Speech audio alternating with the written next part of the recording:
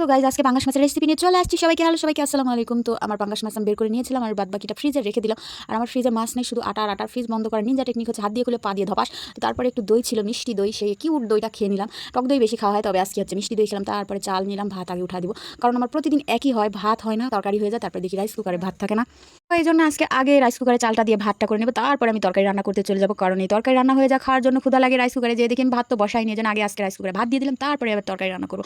আমার স্পেশাল জাতীয় মাছ রান্না করবো গাইস। প্রথমে কড়াই তেল দিয়ে দিলাম, তারপরে দিয়ে দেবো পেঁয়াজ, তারপরে মশলা বেটে নেবো, কারণ কোনো মশলা বাটা নেই। বাটা মশলা দিয়ে রান্না করলে সেই মজা হয় খেতে। প্রথমে জিরা আর একটু আমি হচ্ছে যে ধনে গুঁড়ো দিয়ে দিলাম। ধনেটা ভালোভাবে গুঁড়ো হয়নি, এই জন্য পাটা নিলাম, এখন গুঁড়ো করে নেবো, মানে পিষে নেবো। তারপরে আদা আর রসুন এটাও পিষে নেবো।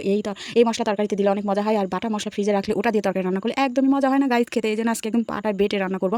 তো তারপরে যে পেঁয়াজ রসুন আর আদাটা নিয়ে নিলাম, এটাও বেটে নেবো। বেটে আজকে তরকারি রান্না করবো। আমার কাছে তো পাঙ্গাস মাছ মানে এতই মজা, ঈদের দিন পাঙ্গাস মাছ যে কী পরিমাণ খেতে ভালো লাগে। আমার কাছে পাঙ্গাস মাছটাই জাতীয় মাছ গাইস, এটাই বাস্তব, কিচ্ছু করার নেই। তো পাঙ্গাস মাছ কার কার প্রিয় অবশ্যই কমেন্টে বলবো। আর পাঙ্গাস মাছের রান্না করার পর যে কালার আসে, কালার দেখে চোখের খিদাটা মিটে যায়, মানে কালারটা মাশাআল্লাহ আসে। অন্য মাছ রান্না করলে অত সুন্দর কালার আসে না, কিন্তু পাঙ্গাস মাছটা রান্না করলে এত সুন্দর কালার আসে, কালার দেখে আরও বেশি খিদে পেয়ে যায়। আমার মশলা বাটাটা অলরেডি হয়ে গেছে, এই মশলা আজকে তরকারিতে দিব। তারপরে আমি স্পেশাল একটা মশলা বানিয়ে রাখি মাছের তরকারির জন্য, সেটা হওয়ার মানে মাছটা যখন হয়ে যায় তরকারি তখন দিয়ে দিই। সেটা দিলে পাঙ্গাস মাছের কোনো গন্ধ টন্ধ কিচ্ছু থাকে না, হেব্বি মজা হয় গাইস খেতে।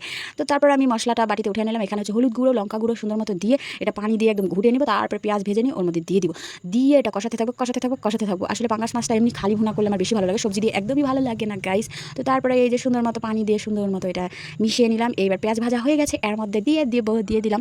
এইভাবে দিয়ে দেওয়ার পর এটা এখনও দিয়ে দিইনি গাইস, এখন দিয়ে দিলাম। দিয়ে দেওয়ার পর সুন্দর মতো এটা কষে নিব, কষে কষে কষে কষে কষে। তারপরে ভালো একটা টমেটো দিয়ে দিই। টমেটোর যে দাম, তো একটা দিয়েছি, একটা টমেটো দিয়েছি। এই টমেটো খেতে অনেক মজা, টক টক টমেটো। মাছের তরকারিতে টমেটো দিলে স্বাদটা অনেক গুণ বেড়ে যায়। তবে এখন দাম, এই জন্য আমি কিনি না। শীতকাল পড়লে জাতীয় খাবার টমেটো, সিম, আলু, ফুলকপি দিয়ে হচ্ছে যে জাতীয় তরকারি হবে প্রতিদিন। তো তারপরে যে কাঁচা মাছটা দিয়ে দিলাম। পাঙ্গাস মাছটা আমি এইভাবেই রান্না করি, কাঁচা মানে কাঁচা পাঙ্গাস মাছ এইভাবে কষিয়ে রান্না করলে অনেক অনেক মজা হয় গাইস খেতে। আর ভেজে রান্না করলে অতটা আমার ভালো লাগে না, এই জন্য আমি এইভাবে কষিয়ে রান্না করি। এইভাবেই রান্না করলে অনেক মজা হয় খেতে। তো তারপরে সুন্দর মতো মশলার সাথে মাছটা একদম কষিয়ে নিব, দেখেই তো মন চাচ্ছে এখনই খেয়ে ফেলি। তারপরে সুন্দর মতো কষা হয়ে গেলে দিয়ে দিব জল পরিমাণ মতো।